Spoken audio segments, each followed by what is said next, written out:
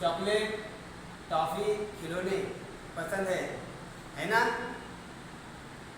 इसको खरीदने के लिए हम दुकान पर जाते हैं, तो दुकानदार आपको खिलौने, टॉफ़ी, चॉकलेट क्या लेकर देता है? रुपये, पैसे, है ना।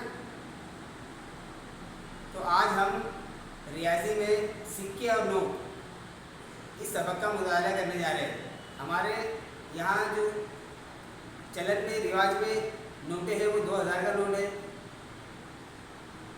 100 का नोट है, 200 का नोट है, 500 रुपये का नोट है, 50 का नोट, 20 का नोट, 10 का नोट, और सिक्कों में 10 रुपये का सिक्का, 5 रुपये का सिक्का, 2 रुपये का सिक्का और 1 रुपये का सिक्का, जिनको हम देकर चीज़ें खरीदते हैं।